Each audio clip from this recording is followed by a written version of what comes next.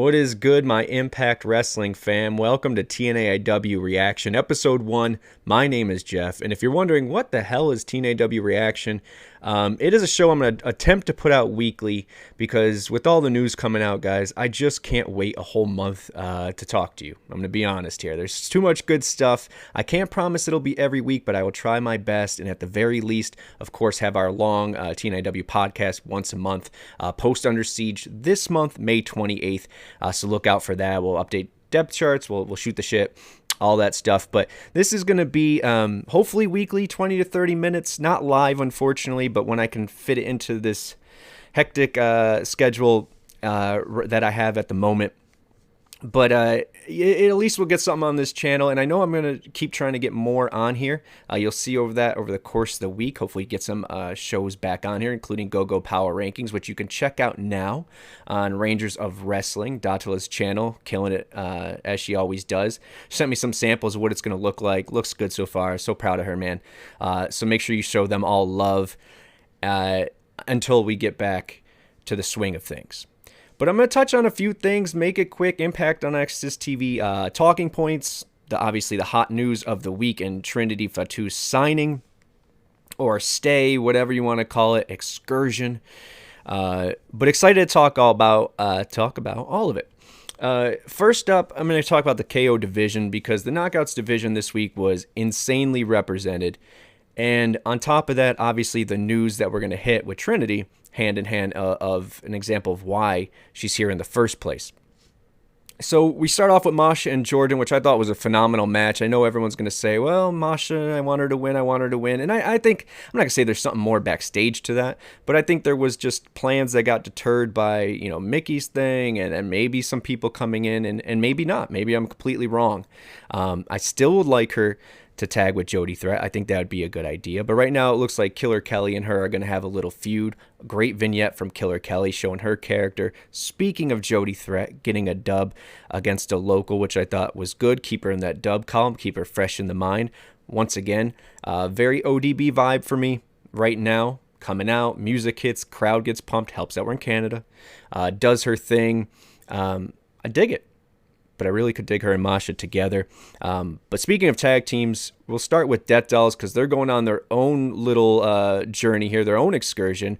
It looks like into the undead realm. Looking for Father James Mitchell again. Crazy Steve and Jessica. I was going to say Havoc, but at this point, Jessica. And Rosemary having a little powwow. Them playing off as if they haven't seen each other backstage this whole time. But either way, this is obviously going to lead maybe, well, I won't say obviously, but it's going to lead to something. Sue's return, I hope. Havoc's return, I'm okay with either way. But as long as we get more tag teams out of this, I'm exciting. And anytime we go to the Undead Realm, I'm happy. We're going to have the Coven as well with another dope backstage promo. Once again, if you haven't watched last week, talking about how Kyle and King has fit right in with this, how they've really bought into this tag team and are developing some really great chemistry, including these vignettes. But later in the night, Deanna is going to, or Taylor's going to challenge Deanna for the title. So the Coven get in multiple spots here. I was interested to see Kylan's tweet about needing this matchup she's going to have, spoiler free obviously, but it was already announced. Kylan versus Trinity. She needed that for her confidence and stuff. I'm saying, damn, you're the tag team champion of the world. You're killing it. The Coven's clicking. There's gel and chemistry building there. Shout out to her because I love everything they're doing right now. But it looks like the Coven's going to be intertwined with the storyline of maybe Jordan and Deanna here, and eventually maybe Trinity and we'll see. But continuing that, I thought the main event was great as well. Once again, shout out to Masha and Jordan opening the show with a banger of a match, not making Masha look weak. I love the pin reversal. I love that stuff because rarely does that end up in a pin, so it was cool to see that as well. But yeah, overall, Knockout's killing it. Mickey still tweeting out there talking about Impact being her roster, So that's a great sign as well, in case anyone was worried about that, myself included. But it looks like we're headed for Deanna versus Jordan. Not looks like, we are headed for Deanna versus Jordan at Under Siege. And they threw a stipulation on that as far as if Jordan loses, which I assume she will, that she doesn't get a title shot as long as Deonna is champion, which is interesting. One or two ways to look at that. One, it's just their way of writing Jordan out of the title picture because obviously she should always be in it.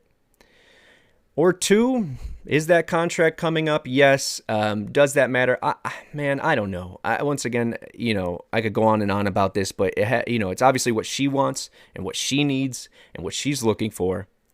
And at the same time, if Impact can meet halfway and provide most, if not all those things. I love the locker room aspect, but people have different dreams, different hopes, different wants and wishes. But they need to do everything they can to keep her. Once again, a great ambassador for the company. And when she is in that title picture, whatever she does, she kills. So it doesn't really matter. The title picture is looking pretty good right now. We'll get to that in a second. And we all obviously went in depth charts last week. But I digress. Yeah, so interesting note there. Either way, it looks like Deonna and Jordan might tag team as well at these tapings against the Coven. Once again, we're spoiler free, but that's out there.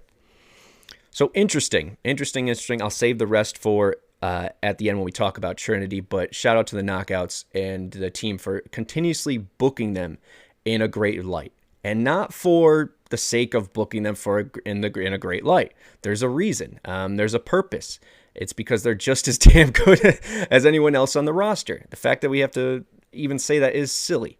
But you look around at the landscape of professional wrestling, and it's not the same opportunities, the same respect in my eyes. Pro wrestling, but the Knockouts division is the place to be if you are a woman wrestler. And, they're, once again, we'll touch on it. But if all the dudes are scoffing or walking past Impact, that's not fair. We've had Nick Aldis. We have some good signings lately. But if they're all thinking there's greener pastures elsewhere, you buckle down, you stay true to yourself, you spotlight the Knockouts like they've been doing, and you make it the place to be for women's wrestling. And with the signing of Trinity, I think it shows that. Or at least shows when they do these interviews, which we'll mention, that they're going to give Impact props and say, this is why I came. So really good stuff. Next up is the design. I don't have too much on them, but my I won't say love-hate because that there's no hate here. I want them to succeed. I want them to excel. And the reason I mention them here is because I thought this was the best damn showing from all three that I've seen so far. When they had the tag match against ABC, they looked like a tag team. They dressed like a tag team. The gear was on point. The entrances is good. Still stuff to smooth out, of course. Of course, it's not a finished product, but that promo backstage that Diener gave, I still think Diener needs a different name to be taken seriously. I think they still need to tweak the gimmick of all three, find a whatever, a connector. I like the 7 sins thing or 7 steps, but either way, I thought Diener killed that promo on Sammy in the back. And I'm looking forward to see them keep adding to this. Sometimes things are just about momentum, about finding your groove, and then that snowball effect of just keep rolling down that hill and build and build and build. And I really hope that's the course that are on. Either way, I really dug this. I hope you guys did too. Next up, Santino. Santino in a couple different segments, still being the DOA. Still interesting that we have a president and a DOA. We'll see how that goes. Obviously, where I think Scott's going to head. A lot of Canada talk from him, a lot of push of him as of being a wrestler a little bit, or hinting, lately. But Santino is not only going to have that segment where he calls out Zicky Dice for not being the luchador, or for being the luchador that he's saying he isn't, which I thought was great comedy, man. And great stuff. And it looks like it's bringing up the breakup of Dice and Swinger, or at least the separation. So we'll see what Dice does on his own too, man. I hope. He's a talented dude. So we had that segment, and then we had the attack of Santino. Don't think this is a way to write him off whatsoever, but we have a lock of hair because he fought him off. And Dango is no longer the deputy dictator of authority. He is now the detective of authority, which is fitting. But he's got that lock of hair, and he's going to go on a mission to find who attacks Santino. Now, there's a couple reasons I really like this. One, Dango, man, is just, he never misses for me. He's just quirky and weird and great in every line and moment he has. But also I want to mention it because Dango also had a great interview recently where he talked about something we talked about a few weeks ago, which is love him where he is now, but to take that next step because he's super talented between those ropes. How do you take that? And then that's obviously being more serious, and that's what he mentioned. And he wants to end off his career on a more serious note. Does this lead to it? I don't know. We'll see who he finds as the culprit, and we'll go from there. But either way, I really dug this and was happy to see Dango say that in an interview as well, or hear him say that in an interview as well. Number 4 up is Kenny King. Kenny King's going to get a victory on BTI. And then a little backstage segment, which we're going to hit. But first I want to hit on everyone kind of sour. I even mentioned it on the last show about his remarks in an interview about ROH and wanting to get there eventually, yada, yada. I think there's a bunch of ways to look at that. One, of course, you're going to be like, man, what the hell, man? You're in Impact still. Why do you got to do that? You know, come on, let's save it for later. 2, maybe, you know, interviewers are going to ask what they ask, and if you don't give them what they want or answer what they want, how do you look as well? So there's multiple ways to look at that. But 3, especially after his booking and what's going on in Impact with the shuffle of the roster, bringing new people in here, we were talking about Kenny King potentially in 2024 being a main event player. He's got the talent, he's got the talk, he's got the lineage here, he's got he's got everything, man. But if you have a year contract and you see the script or whatever you want to call it, and it says you're going into a tag team, I'm not saying that's the case. Maybe he was part of the decision. But of course you're going to keep your options open. So looking at all sides, beach ball theory, try to understand everyone's side. But at the same time, I really dig this pairing with Kenny King and Sheldon Jean. Not only were they ramming down the Big Brother talk from last week, which hopefully is lessened a little bit by the addition of Kenny King. But we have to say also that Kenny King was part of the Bachelorette. So both of them have the ties there. Said a few weeks back, they both have that swagger. Obviously, Kenny King has mastered it. Sheldon kind of finding his groove still. But what a perfect person to put together for him to kind of bounce ideas off of, bounce his growth off of, or grow from. So I really dig this pairing. Hopefully it's a tag team division thing. Kenny still hasn't won the tag division or tag titles in Impact, so it'd be cool for something for him to go after in the meantime. But yeah, just overall, all the love to Kenny King. I understand at the same time, I think this is a really cool storyline, and I'm excited to see where it goes. Last is something that I was really, I won't say surprised, but really pleasantly surprised of how deep they went in with TNA here in its footage. Now, I said on my predictions for the year that I thought they would do a total rebrand to TNA because at this point, screw it. The haters are going to hate. We could bring in Trinity, Mercedes, Nick, CM Punk, Cena, and whoever else you want to add here. And they're still going to find a reason to hate. So why not 8 Mile and just be TNA, right? The merch is there, the IPs are there, the lineage is there, and of course that lucrative library that they're still, making a buck off of is there. But to see them use it in this aspect, this much, and use, Kazarian's dropping bombs here. He's speaking truth, and they're showing images of people that were part of what he's saying. So it was really interesting that they dove that much. Aldis in that segment earlier too with a lot of TNA stuff. And, I really dug it. Obviously, I'm a TNA mark, day oneer as well. But what I thought was interesting was a lot of people having gripes about, and maybe it's not a lot, but, you see the feed for a second, then you peace out.